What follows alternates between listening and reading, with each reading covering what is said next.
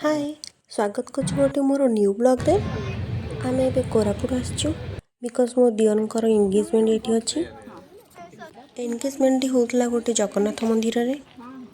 आमे जेतेबेले जगन्नाथ मंदिर रे पहुँचिलु से आमको एपरि भाबे स्वागत कले।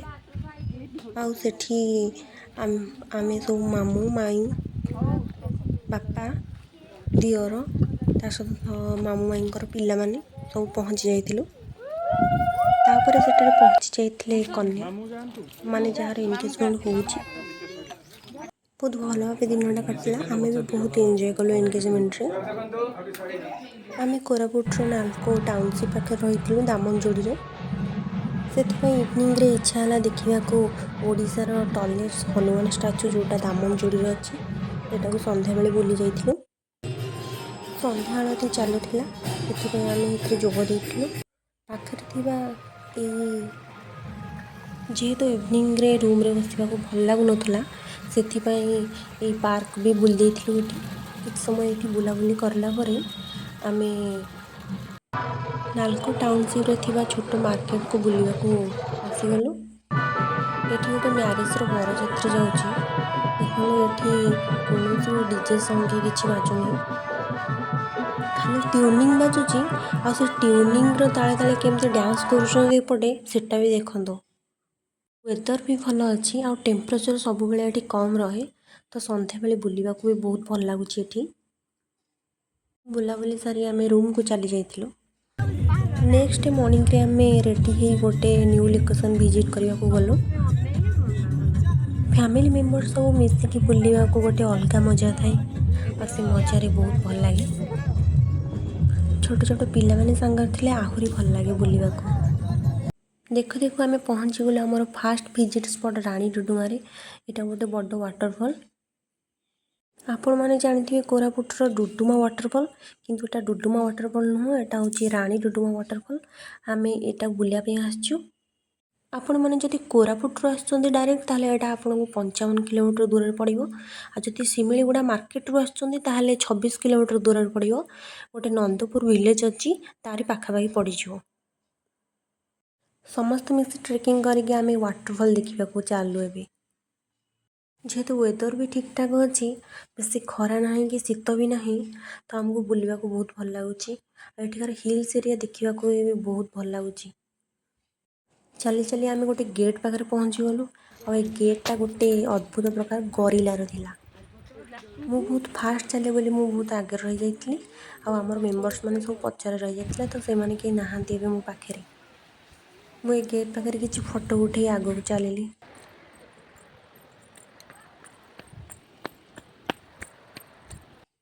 मो आगे मामू मैंने बहुत आगू पलि जाइए आउ सब मेंबर्स मैंने पछारे रही जाइए। आपण मैंने जिते जगह को आसबे साथी गोटे पानी बोतल धरिकी आसवे कारण ये बहुत बाट चलने को पड़े। देखिए जगहटा बहुत भल लगुच। वाटरफॉल पाखापाखि आम पहुँची गलुणु। चलतु मो सहित आपण मैंने भी बुलिकी वाटरफॉल देखा। अन्य फैमिली मेंबर्स माने बहुत पछरे रही जाइछन तेणुक आम तांको वेट न करके वाटरफॉल देखा को जीवा। चलतु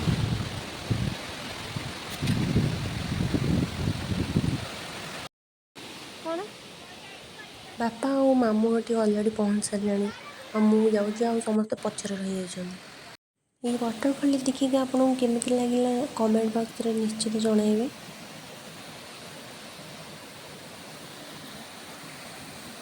वाटरफॉल को जीव टाइम रे आपण माने पार्क को देखि परिबे। आमे किंतु फास्ट वाटरफॉल विजिट कलु देन ए पार्क को रिटर्न टाइम रे विजिट कलु। पिला माने जेहेतुले पार्क भी बुली आसिलु देन से रिटर्न करी आमे पहुँच गलु विक्रमादित्यकर 32 सिंहासन मंदिर रे। ये जो सीढ़ी आपण देखुछन एटा 32टा सीढ़ी दे आपण मंदिर रे पहुँचीबे। कुहा जाए जे विक्रमादित्य ए सिंहासन में बसी जस्टिस दोतले। किए सब ए स्टोरी विषय रे आहुरी भल करी जानिछ कमेंट बॉक्स रे निहाती मोते जणाइबे। मु आपनको बुलिकी भितरटे देखुछि देखंदो।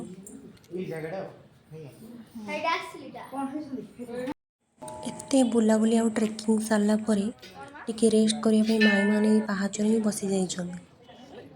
देन आमे लंच करी बाहरी जाइथिलु हमर न्यू डेस्टिनेशन तळमाली को। आपण माने देवमाली विषय जानथि जोटा कि ओडिसा रे उच्चतम शृंग କିନ୍ତୁ ତଳମାଳି ବିଷୟରେ ଏତେ ଜାଣିନଥିବେ। ମୁଁ ବି ଏଠାକୁ ଆସିବା ପୂର୍ବରୁ କିଛି ବି ଜାଣିନଥିଲି। ଏଇଟା ଗୋଟେ ଟୁରିଷ୍ଟ ଡେଷ୍ଟିନେସନ୍ କୋରାପୁଟର। ଆଉ ଏହାର ହାଇଟ୍ ସମଥିଙ୍ଗ 5000 ଫୁଟ ସମଥିଙ୍ଗ ହେବ।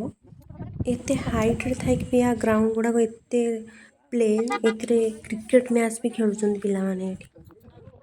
ଆମେ ଏଠି ବୁଲାବୁଲି ସାରି ଫଟୋ ଉଠା ସାରି ଏବେ ବାହାରି ପଡ଼ିଲୁ ଦେଓମାଳି ଅଭିମୁଖେ।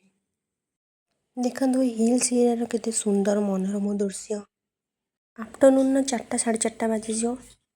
ତଳମାଳି ହିଲ୍ଟା ଗୋଟେ ସାଇଡ଼୍ରେ ପଡ଼ିବ ଆଉ ଦେଓମାଳି ହିଲ୍ଟା ଆଉ ଗୋଟେ ସାଇଡ଼୍ରେ ପଡ଼ିବ। ଆପଣମାନେ ଯଦି ୱିଣ୍ଟର ସିଜନରେ ଦେଓମାଳି ବୁଲିବାକୁ ଆସୁଛନ୍ତି ତାହେଲେ ଆପଣଙ୍କୁ ବହୁତ ଭଲ ଲାଗିବ ଏଠାରୁ। ଦେଓମାଳିର ଟପ୍ରେ ଆପଣ ଯେତେବେଳେ ପହଞ୍ଚିଯିବେ ଆପଣଙ୍କୁ ପୁରା ଜନ୍ନତ ଭଳି ଲାଗିବ, କାରଣ ଚାରିଆଡ଼େ କ୍ଲାଉଡ଼ ପୁରା ହେଇଯାଇଥିବ। ଆଉ ଆପଣଙ୍କୁ ବୁଲିବାକୁ ବି ବହୁତ ଭଲ ଲାଗିବ। ଆମେମାନେ ଏଠି ପହଞ୍ଚିଲା ବେଳକୁ ସନସେଟ୍ ହେଇଯାଇଥିଲା, ତା'ର ରିଫ୍ଲେକ୍ସନ୍ରେ ଟିକେ ଲାଇଟ୍ ଥିଲା ବାସ୍। ଆପଣମାନେ ଯଦି ଏଠାକୁ ବୁଲିବାକୁ ଆସୁଛନ୍ତି ତାହେଲେ ଟିକେ ଜଲ୍ଦି ଆସିବେ, ଯେମିତି ଏଠି ସନସେଟ୍ ଦେଖିପାରିବେ। ଆଉ ଏଠି ଆପଣମାନେ ଚାହିଁଲେ ରାତିଟା ବି ଷ୍ଟେ କରିପାରିବେ ଟେଣ୍ଟ ହାଉସ୍ରେ। ଏମିତି ଗୋଟେ ଦିନ ଆମେ ବୁଲାବୁଲି କରି ପୁରା ସାରିଦେଲୁ। ତାପରେ ଆମେ ରୁମ୍କୁ ଫେରିଗଲୁ। ନେକ୍ସଟ ମର୍ଣ୍ଣିଂରେ ଆମେ ଗୋଟେ ପାଖରେ ଥିବା ଗୋଟେ ପାର୍କକୁ ବୁଲିଗଲୁ, ଯେଉଁଟାକି ନାଲକୋ ତରଫରୁ କରାଯାଇଥିଲା। ଗୋଟେ ସୁନ୍ଦର ପାର୍କ ଦେଖନ୍ତୁ, ଆପଣମାନେ ବି ଦେଖନ୍ତୁ। ସେଥିରେ ବୋଟିଂର ସୁବିଧା ଥିଲା କିନ୍ତୁ ଏବେ ବନ୍ଦ ହେଇଯାଇଛି ବୋଧେ। କେତେ ସୁନ୍ଦର ବୁଦ୍ଧ ମୂର୍ତ୍ତି ଏଠି ହେଇଛି।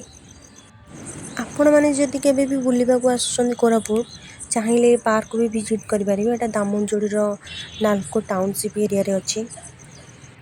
ଦେନ୍ ଆମେ ବ୍ରେକଫାଷ୍ଟ ସାରି ଏବେ ବାହାରିଗଲୁ ଗୋଟେ ନୂଆ ଭିଜିଟ୍ ଏରିଆକୁ। ଦେଖନ୍ତୁ ଏଇଟା ଗୋଟେ କୋରାପୁଟର ଫେମସ୍ ଜଗନ୍ନାଥ ମନ୍ଦିର, ଯାହାକୁ କୁହାଯାଉଛି ଶବର ଶ୍ରୀକ୍ଷେତ୍ର। ଆପଣମାନେ ଯଦି କୋରାପୁଟ ଆସନ୍ତି ତାହେଲେ ଏଇଟାକୁ ନିଶ୍ଚିତ ବୁଲିବାକୁ ଆସିବେ। ଏଥିରେ ଖାଇବା ସୁବିଧା ବି ଏଠି ଅଛି। ଏ ମନ୍ଦିର ବୁଲିକି ଆପଣଙ୍କୁ ବହୁତ ଭଲ ଲାଗିବ। ଏଠି ଚାହିଁଲେ ଆପଣ ଯେତେ ଟାଇମ୍ ଚାହିଁବେ ସ୍ପେଣ୍ଡ କରିପାରିବେ। ଏଠି କିଛି ସମୟ ସ୍ପେଣ୍ଡ କଲା ପରେ ଆମେ ବାହାରିଗଲୁ କୋଲାବ ଡ୍ୟାମ୍ ଦେଖିବାକୁ। ଏଇ ଡ୍ୟାମ୍ଟା ବି ବହୁତ ଭଲ ଥିଲା, କିନ୍ତୁ ଏଠାରେ ଯେହେତୁ ଆମେ ଯେଉଁ ସିଜନରେ ଯାଇଥିଲୁ ଏଠାରେ ବହୁତ କମ୍ ପାଣି ଥିଲା।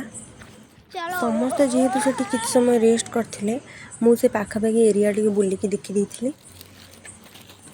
ଭଲ ଲାଗୁଛି ଏପଟେ ଏରିଆ ସବୁ ଏପଟେ ଏରିଆ ବୁଲାବୁଲି ସରିଲା ପରେ ଆମେ ବାଟରେ ଗଲାବେଳେ ଗୋଟେ ପାଇନ୍ ଫରେଷ୍ଟ ଦେଖିଥିଲୁ। ଆପଣମାନେ ବି ସେଠି ଦେଖନ୍ତୁ ଏଇଟା।